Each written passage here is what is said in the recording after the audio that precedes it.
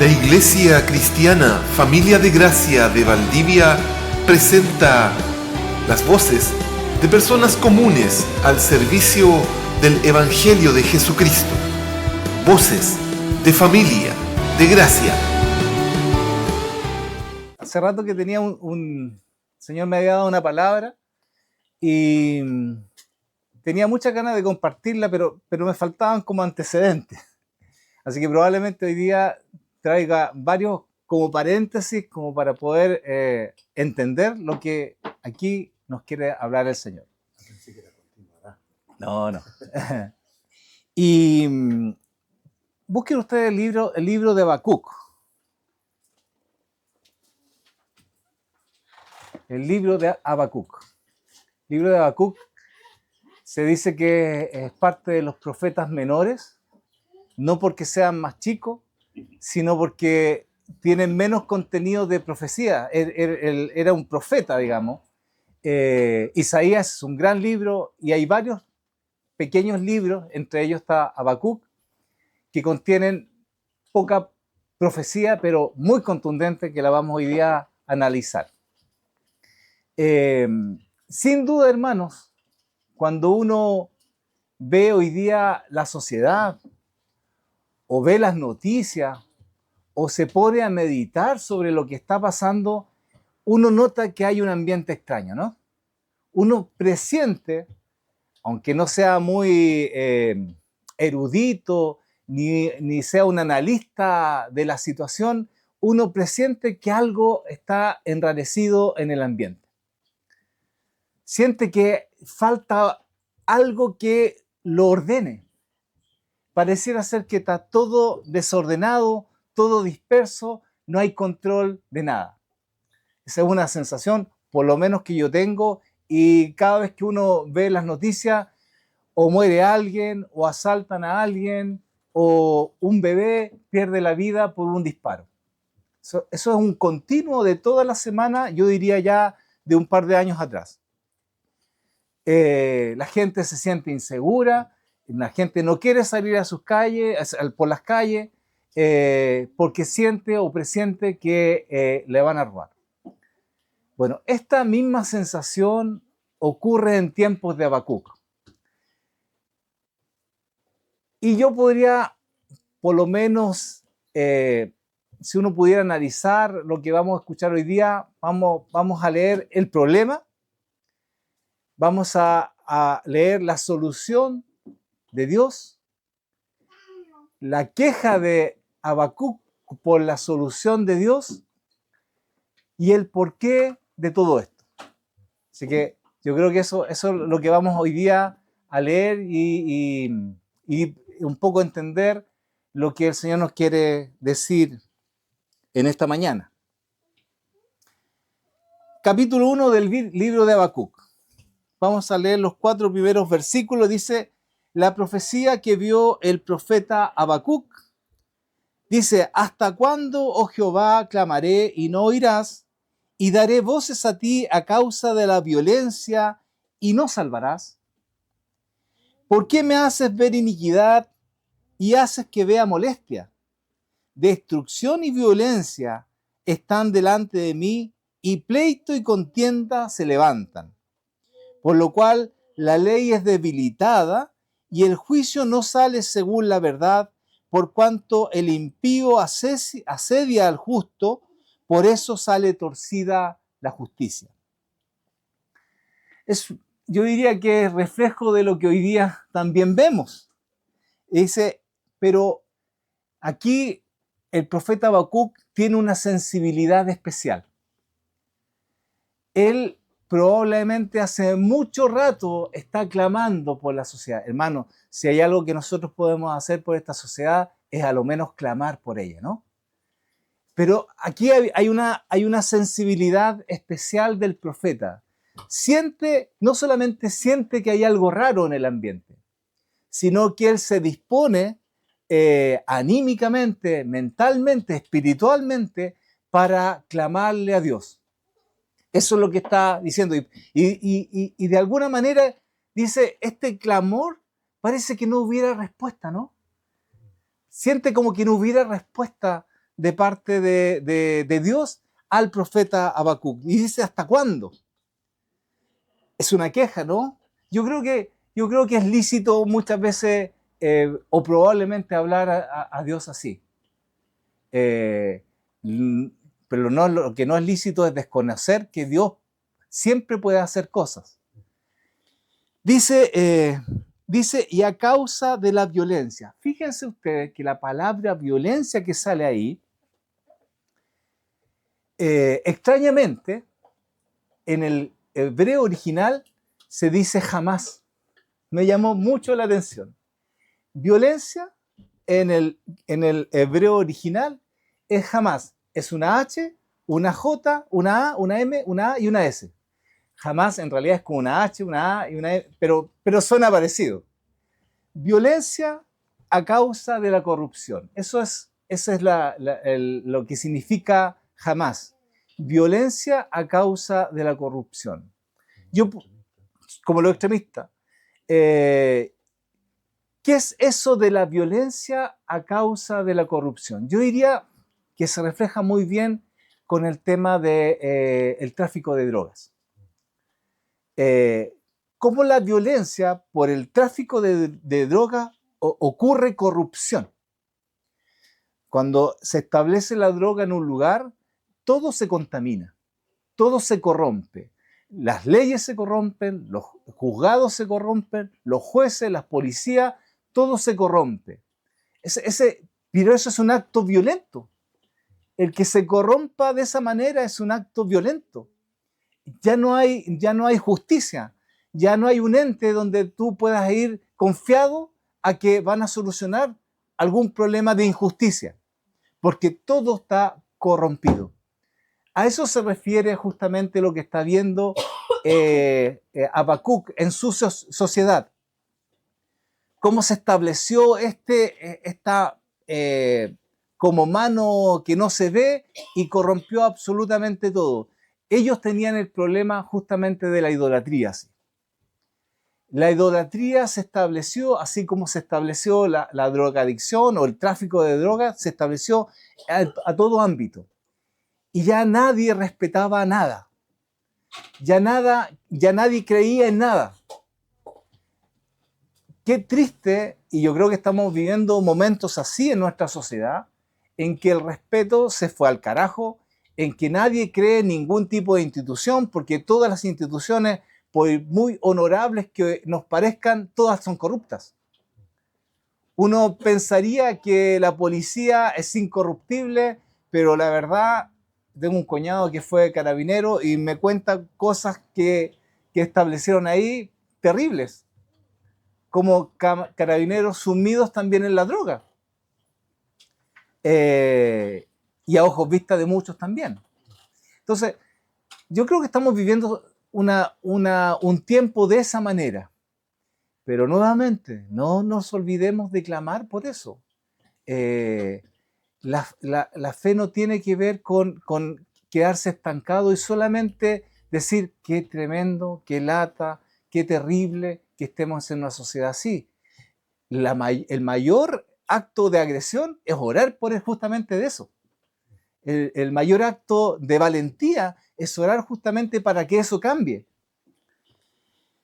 Dice, ¿por qué me haces ver iniquidad? Que tiene que ver también con corrupción. Haces que vea molestia, dice, destrucción, nuevamente violencia están delante de mí, y pleito y contienda, dice, por lo cual la ley es debilitada. Aquí se está hablando sobre la ley de Dios, la moral de Dios, la ética de Dios. Está siendo debilitada por toda esta corrupción que proviene de la idolatría.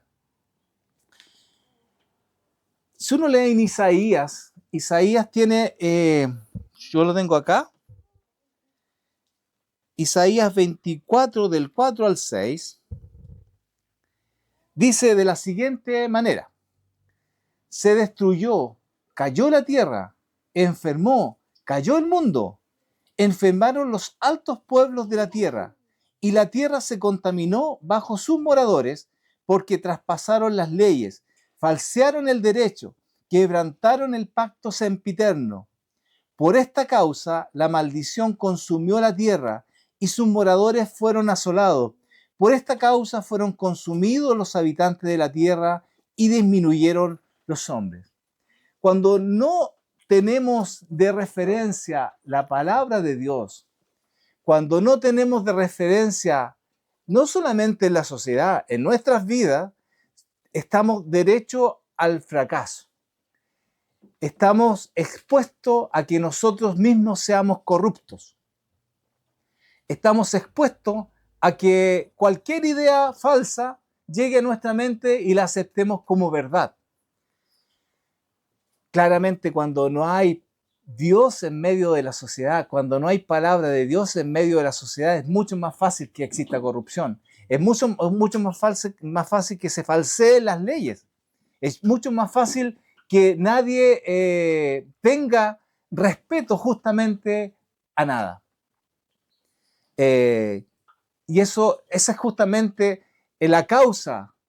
El síntoma es la corrupción, pero la causa de todo eso es que no exista palabra de Dios en un mundo quebrantado, en un mundo asolado. Dice además que la iglesia, los hijos de Dios, son la sal de la tierra.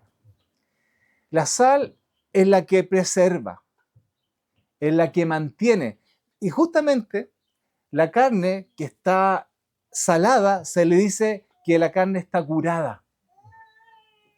Qué extraño, ¿eh? Se curó la carne, o sea, se salvó de la corrupción, porque justamente cuando uno ve la carne deshecha, producto de los gérmenes, de que ya no hay vida ahí, produce mal olor, todo lo que ustedes saben, eso se llama corrupción. Esa imagen es una imagen terrible de ver la carne podrida. Eso es corrupción. Pero fíjense que la sal preserva. Los hijos de Dios, la iglesia está mandatada a ser sal en una sociedad que es corrupta, en una sociedad que está con mal olor, que está podrida. Esas son las palabras del Señor cuando estuvo acá y nos dijo que éramos sal de la tierra. Bueno, ese es el problema. Fíjense cuál es la sociedad. Cuando uno ve una imagen así, ¿qué piensan ustedes? ¿Cómo se podría arreglar eso? ¿Cómo podría Dios intervenir frente a eso? ¿Cómo se puede arreglar algo que está totalmente torcido, totalmente podrido, totalmente ya corrompido? ¿Cómo se puede arreglar algo así? Bueno, la solución está en Dios y la solución viene de Dios de la siguiente manera. Dice, versículo 5, mirad entre las naciones y ved, y asombraos, dice, porque haré una obra en vuestros días que aun cuando se os contare, no la creeréis. Porque aquí yo levanto a los caldeos, nación cruel y presurosa que camina por la anchura de la tierra para poseer las moradas ajenas. Los caldeos son los babilónicos, por si acaso. Babilonia se levantó y se fue en contra de Israel. Miren la solución de Dios. Miren la solución de Dios. Dios levantó un pueblo que se llama Babilonia para arrasar con Judá.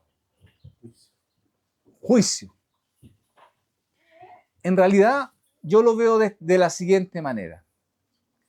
Dios es experto en cirugías mayores. Dios es experto en cirugías mayores.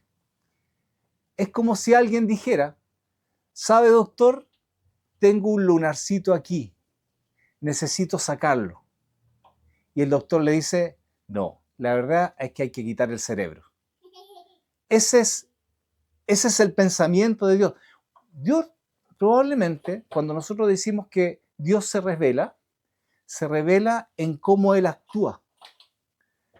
Y tenemos que nosotros tener en nuestra mente, estar apercibido a cómo Dios actúa, y actúa justamente en su palabra.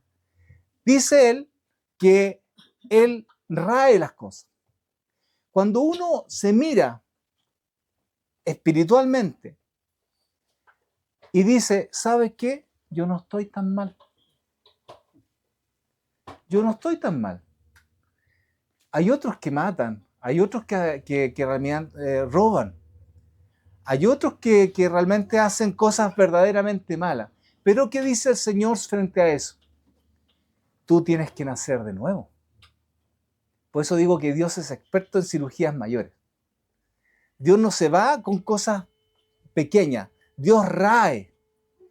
Lo que pasó acá es que, y este es el primer paréntesis, es que la profecía que está entregando Habacuc la lanza aproximadamente en el 610 más o menos, antes de Cristo.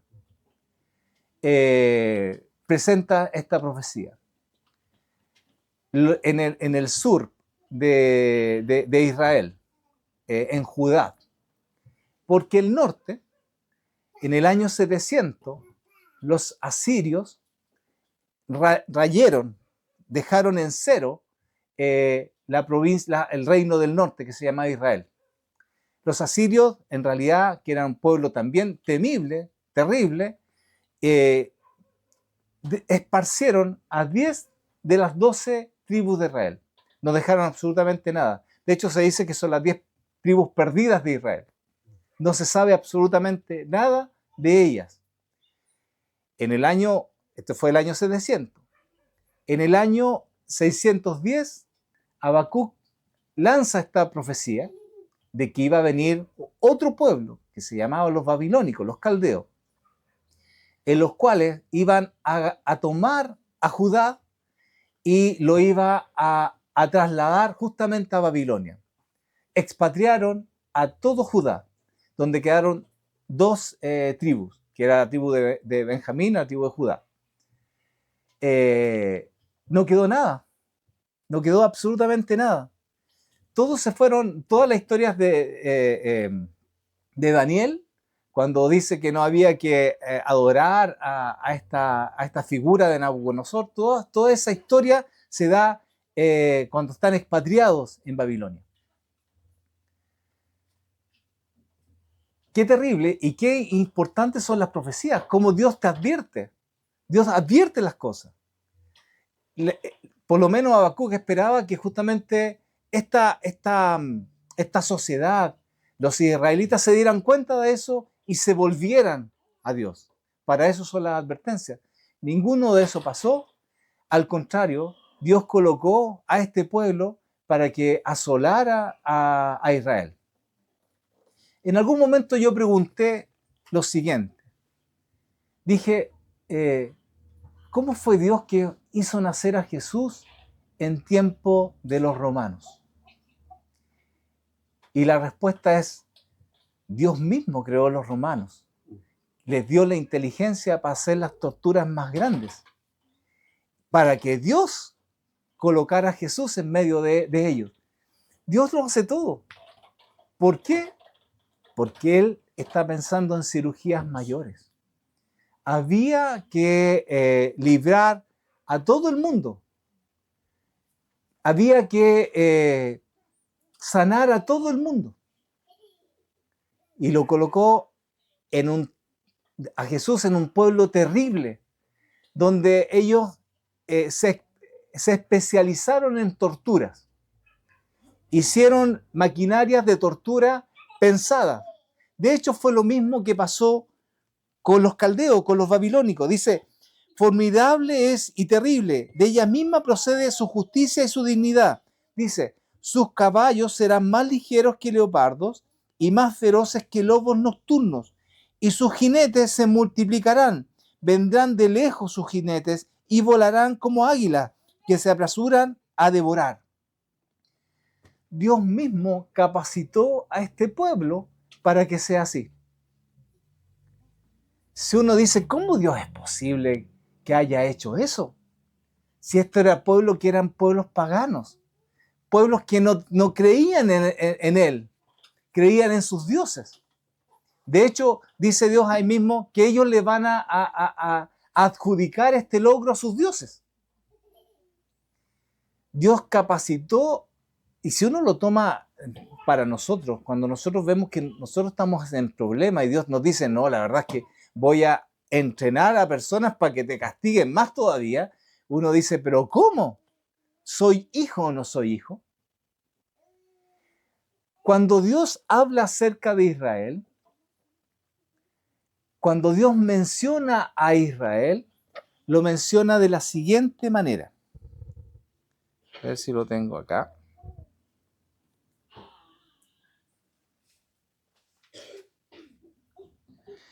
A ver, se me fue.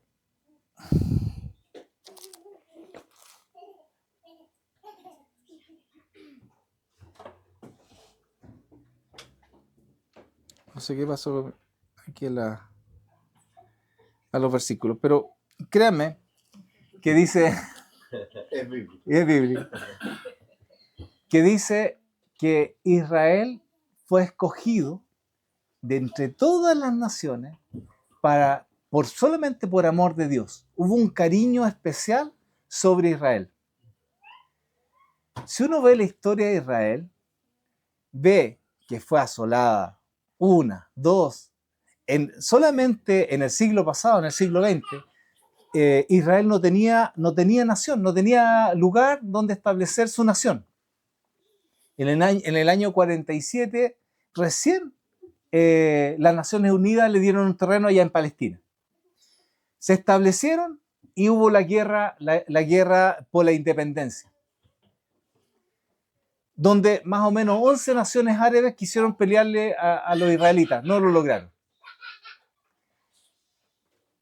Pocos años después, se levantaron a lo menos 5 naciones árabes contra los israelitas, donde se peleó la guerra de los 6 días, donde en 6 días los israelitas logran vencer a los árabes. Después, 2 naciones se levantaron contra Israel, lo que se llamó la guerra del Yom Kippur, donde también Israel venció. La historia de Israel es una historia llena de dificultades, llena de conflicto. Y si uno establece el nexo con nosotros, con la iglesia, es exactamente lo mismo. ¿Qué dice Dios acerca de su iglesia? ¿No dice que es la esposa amada? ¿Qué somos nosotros? ¿No somos su iglesia? ¿Qué esperamos nosotros cuando tenemos algún problema? Esperamos que Dios efectivamente nos defienda, pero probablemente hay situaciones de las cuales nosotros tenemos que enmendar. Y Dios hace cirugía mayores. A eso se está refiriendo acá Habacuc. Dios hace cirugía mayores. No te libra nomás de la persona que te está generando el conflicto, no te saca nomás del problema, sino que hace algo contigo. Nosotros tenemos que cambiar, pero no podemos cambiar sin la intervención de Dios. Dios hace algo, te rae, genera algo para que te des cuenta. Y de hecho, Habacuc dice lo mismo. En el versículo 13, aquí viene la queja de Habacuc. Primero está el problema, segundo la solución, tercero la queja y dice, muy limpio eres de ojos para ver el mal, ni puedes ver el agravio. ¿Por qué ves a los menospreciadores y callas cuando destruye el impío al más justo que él? Uno dice, ¿cómo es posible que prospere el enemigo de Dios? ¿Cómo es posible que prospere mi enemigo? ¿Cómo es posible que Dios no haga nada con esa persona que me está generando el problema? Con esa situación que me está generando que no pueda dormir, que no pueda descansar, que no pueda haber paz.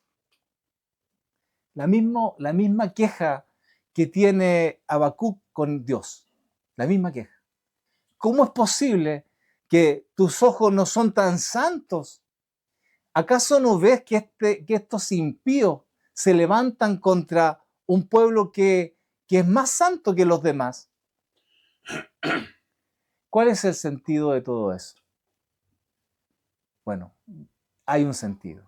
Hay algo allí de cual Dios quiere que nosotros también, que nos llegue hasta nuestros días y podamos también apreciar qué es lo que Dios quiere hacer y por qué hace ciertas cosas. A veces, y Dios no tiene por qué decirlo, ¿ah? Porque Él es dueño de todo. Hay algo que nosotros no entendemos y que es justamente la soberanía de Dios. Dios es soberano y hace cosas sin necesidad de dar explicación a nadie, porque Él es el dueño. Él es el dueño de todo.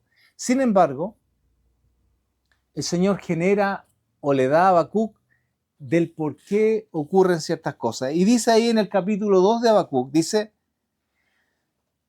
todavía sigue hablando aquí Habacuc, dice, sobre mi guarda estaré. O sea, él va a estar vigilante. Guarda significa eso, que va a estar vigilante. Y sobre la fortaleza afirmaré mi pie. O sea, desde ahí, desde la fortaleza, desde las murallas, él va a estar vigilante. No va a salir de ahí. Y velaré para que lo que se me dirá, dice, y que he de responder tocante a mi queja. O sea, él dice, no se va a mover, va a estar vigilante, va a estar a la expectativa de que Dios le dé la respuesta y no se va a mover. Una decisión de parte de Habacuc muy interesante además. Nosotros oramos una vez, nos cansamos, él quedó ahí en su queja y en su petición, estaba allí, no se movía. Y Jehová me respondió, volvió la respuesta de Dios y dijo, escribe la visión y declárala en tablas para que corra el que leyere en ella. Hermanos, la Biblia llegó gracias a que personas escribieron allí cosas. La fe dice que viene por el oír. Si no hubiera palabra escrita, no tendríamos nosotros ni la visión de lo que Dios quiere hacer, ni la revelación a nuestras vidas de parte de lo que es Dios. Por eso Dios le pide a Habacuc que escriba. Gracias a eso, hoy día nosotros en esta fecha, en este tiempo, podemos leer justamente lo que él escribió. Y este es mi segundo paréntesis. En el año 47 se descubrieron en el Mar Muerto lo que se llaman justamente los rollos del Mar Muerto. ¿Qué son estos rollos? Un gran porcentaje son comentarios de la Biblia, de personas que se llamaban los esenios. Y hay un rollo que se llama el libro de Isaías, que es prácticamente exactamente lo mismo que nosotros hoy día tenemos acá. Los esenios fueron personas que vivieron en comunidad, más o menos un siglo antes hasta el siglo I de nuestra era. O sea, fueron contemporáneos de Jesús, pero ellos vivían en comunidad, vivían aparte, porque encontraban justamente que la sociedad estaba mal y se fueron a vivir fuera. Y hay un pergamino que se llama el Comentario de Habacuc. O sea, este libro que nosotros estamos hoy día leyendo llegó hasta nosotros gracias a que personas lo volvieron a escribir y lo volvieron a escribir. Y fue tanto su pasión que lo escribieron exactamente como hoy día nosotros lo tenemos. O sea, cuando nosotros hoy día leemos el libro de Isaías o leemos el libro de Habacuc, fue lo que probablemente el escritor escribió. Y no se alteró absolutamente nada. ¿Por qué razón? Porque Dios quería que nosotros escucháramos esto de la misma manera como se escribió, de la misma manera como se le entregó al profeta. Que no haya alteración. Nos sirve hoy día. Cierre de paréntesis. Y dice, escribe la visión y declárala en tabla para que corra el que leyere en ella. Aunque la visión tardará un poco, porque se demoró 30 años en que la visión se dio a conocer hasta que llegaron los babilónicos, por un tiempo más se apresura hacia el fin y no mentirá, porque Dios no miente. Aunque tardare, espéralo, porque sin duda vendrá y no tardará. He aquí, esta es una declaración tremenda, dice, he aquí que aquel cuya alma no es recta se enorgullece. Es decir, el orgulloso, el que dice que se las puede todas, el que dice que no necesita de nada, dice su alma no es recta. Su alma no es recta. El que dice que él lo puede hacer todo, el que dice que no necesita de nada, el que dice que tiene la solución a todo, esa no es recta. No es recto. Sin embargo, dice, más el justo por su fe vivirá. Más el justo por su fe vivirá. Frente a toda la convulsión que iba a haber, no solamente por una sociedad que estaba cayéndose a pedazos, sino por lo que venía, dice, la única salvación frente a eso es que tengamos fe. Yo le dije la vez anterior que, ¿qué es lo que significa recto? Ser recto, ser justo. La mayoría de nosotros tiene la idea de que ser justo es el que hace justicia. Como hacemos justicia, nosotros pensamos que somos justos. Pero la Biblia, ahí en Génesis capítulo 15, dice, hablando justamente de Abraham, cuando Dios le enseña las estrellas y dice que acaso podía contarla, dice, así va a ser tu descendencia, y dice que Abraham creyó y le fue contado por justicia. El creer, para Dios, esto es para Dios, el creer te es contado como justo. El que cree es justo. Por eso la Biblia dice que no hay justo ni aún uno. Porque nadie cree. Porque para creer se te tiene que dar la fe. No es posible creer sin fe. Entonces, ¿cómo se interpreta esto de que el justo por su fe vivirá? Pablo escribe algo exactamente igual. De hecho, hace referencia a Habacuc y que se encuentra en Romanos.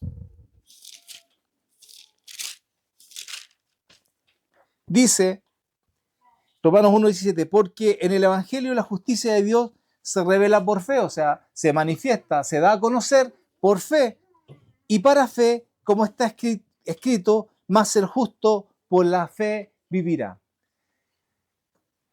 O sea, el que vive es solamente a través de la fe.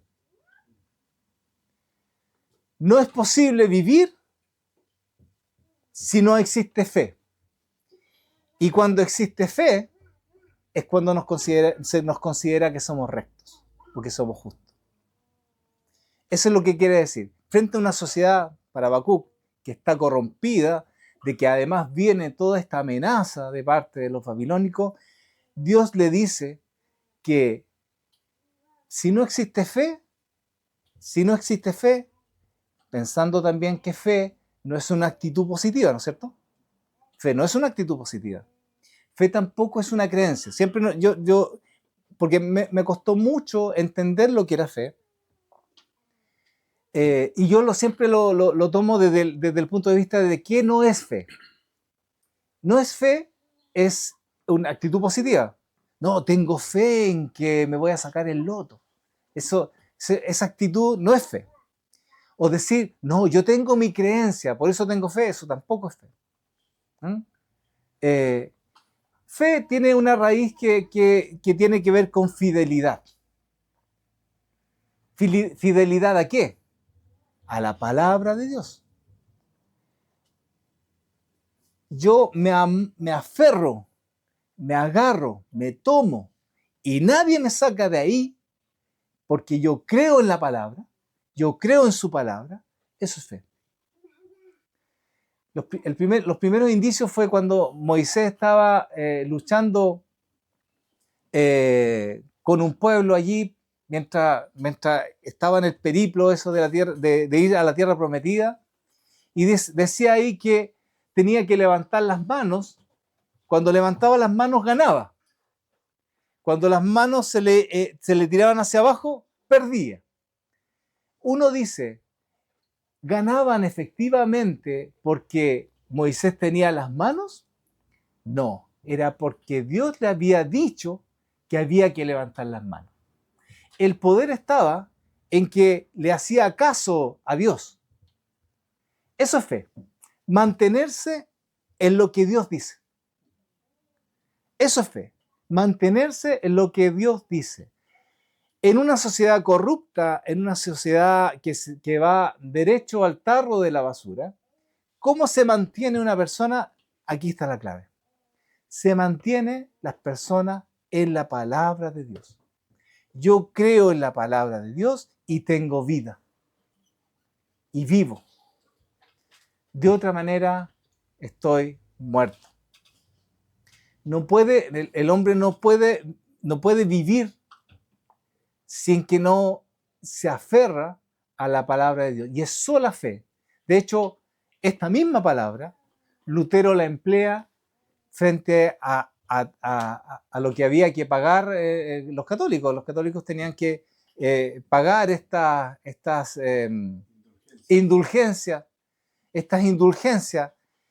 y tuvo una visión Lutero, que se llama así, la visión de la torre, donde dice, ¿cómo es posible que yo siendo pecador pueda obtener algo de Dios? Y se le viene esta palabra, dice, mas el justo por la fe vivirá. No hay manera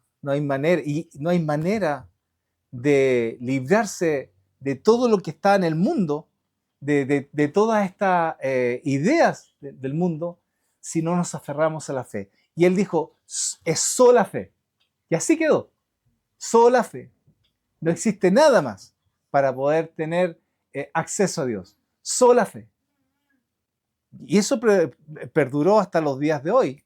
Los reformadores justamente se aferraron a eso y no existe nada más. No es absolutamente nada en lo que nosotros hagamos podemos tener nosotros llegada a Dios. No tenemos absolutamente ninguna forma de llegar a Dios si no es por la fe. ¿Qué es fe? Aferrarse a los principios, aferrarse a la palabra, creer en lo que Dios nos dice. Cuando nosotros nos aferramos en eso, Dios nos considera justos. De hecho, nos transmite su justicia. Nos hace justos, porque Dios hace cirugías mayores. No nos enmenda, nos traspasa su justicia. Nos hace justos. Esa es la forma de cómo Dios hace las cosas. ¿Y por qué todo esto? Ahí vamos llegando al fin. Nosotros hablamos de que había el problema, la solución de Dios, la queja de Habacuc y el porqué de todo esto. El porqué de todo esto. Lo que resultó, o lo que la profecía continúa, y un poco para hacer el resumen, es que Dios le dice a Habacuc que no se preocupara porque él iba a tomar también a estos babilónicos. Dios tiene propósito, Dios tiene la imagen mucho más completa de la que nosotros podamos tener. Tiene un panorama completo. De hecho, él dice que lo iba a destruir también. Iba a destruir a estos mismos enemigos. Pero él tenía un propósito mayor. Y si uno ve en el capítulo 2, versículo 14, está un poco la clave de eso, de por qué Dios hace todo esto. Todo esto de enredo. Coloca una nación para poder infligir justicia frente a todo lo que estaba pasando. Pero al mismo tiempo Dios hace justicia con estas personas que le hicieron daño a su pueblo. Y dice ahí, porque la tierra será llena del conocimiento de la gloria de Jehová, como las aguas cubren el mar. Dios lo que quiere, conocimiento que tiene que ver con relación. Nosotros no podemos decir que conocemos algo o alguien si no tenemos esta relación con Él. No es posible conocer algo sin tener esta relación. Lo que Dios quiere es que tengamos esta relación. Por eso Dios se revela de esa manera. Por eso tenemos los problemas, hermanos. ¿Por qué tenemos las dificultades? Porque Dios quiere que nos humillemos, lleguemos a Él, pidamos perdón y tengamos esta relación personal. Dios quiere que su conocimiento se expanda por toda la faz de la tierra, así como el agua cubre la mar. Ese es el objetivo de Dios, que su evangelio sea proclamado, que Dios sea glorificado, y eso tenemos que hacerlo cada uno de nosotros individualmente. Nosotros tenemos que glorificar a Dios siempre. Ese es el objetivo de por qué nos pasan las cosas, hermano. ¿Vivimos dificultades? Claramente vivimos dificultades. ¿Vivimos una sociedad terrible? ¿Por qué nos toca vivir en una sociedad que nadie ama a Dios y probablemente nos ridiculizan? Porque Dios permite todo eso. Dios hace que inteligencias nefastas hoy día estén de gobernantes. ¿Por qué? Porque Dios lo quiere. ¿Para qué? Para que la gloria de Él al final se establezca, se engrandezca y nosotros lo enaltezcamos porque somos sus hijos.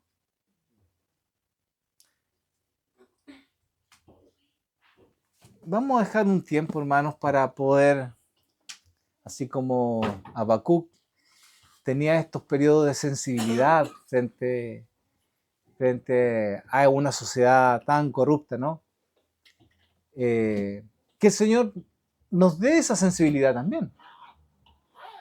Que no digamos solamente, oh, qué terrible está nuestra sociedad, sino que nos movilice a hacer algo. Que nos movilice a hablar con personas, porque lo único que puede salvar esta sociedad es su palabra. Y que se establezca su palabra. Que pueda esa misma palabra llegar a conciencia y que exista ese temor frente a Dios. La falta de temor de Dios es terrible.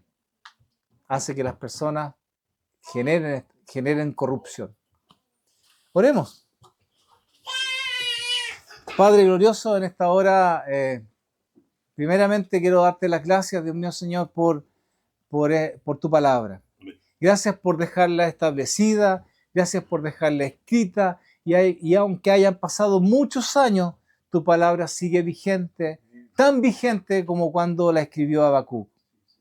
Dios Todopoderoso, tú ves mucho más que nosotros cómo hay un mundo que te necesita, pero ese mundo no sabe que te necesita. Padre bendito, ayúdanos a nosotros también a entender, a ser sensibles a todo eso, a ser sensibles a personas que están pasando dificultades. Nosotros también pasamos dificultades, pero tenemos esperanza, Padre. Esperamos en ti, esperamos, Dios mío, Señor, en que tú hagas las cosas, no como nosotros queramos, sino como tú quieres, bajo tu voluntad, no la nuestra. Y que siempre sea así. Nosotros siempre cuando colocamos nuestras manos, siempre la entorpecemos todo. Pero permite, Dios mío, Señor, que tu obra siga engrandeciéndose. Y si todo esto, Dios mío, Señor, es para que tú te manifiestes, bueno, Señor, que sea así. Manténnos, Dios mío, Señor, que la fe perdure en nuestras vidas. Señor, que no nos desconectemos de ti, que no nos vayamos para otro lado, Dios mío, Señor, sino que tu palabra, Dios mío, Señor, pueda refrescarnos nuestra memoria siempre. Dios Todopoderoso, gracias por nuestros hermanos, gracias, Dios mío, Señor, por la vida en comunión que tú nos has dado. Permite, Dios mío, Señor, que tú, Dios mío, Señor, sigas estableciendo tu reino, Dios mío, Señor, como tú quieres. Gracias, te lo agradecemos en tu nombre. Amén. Amén.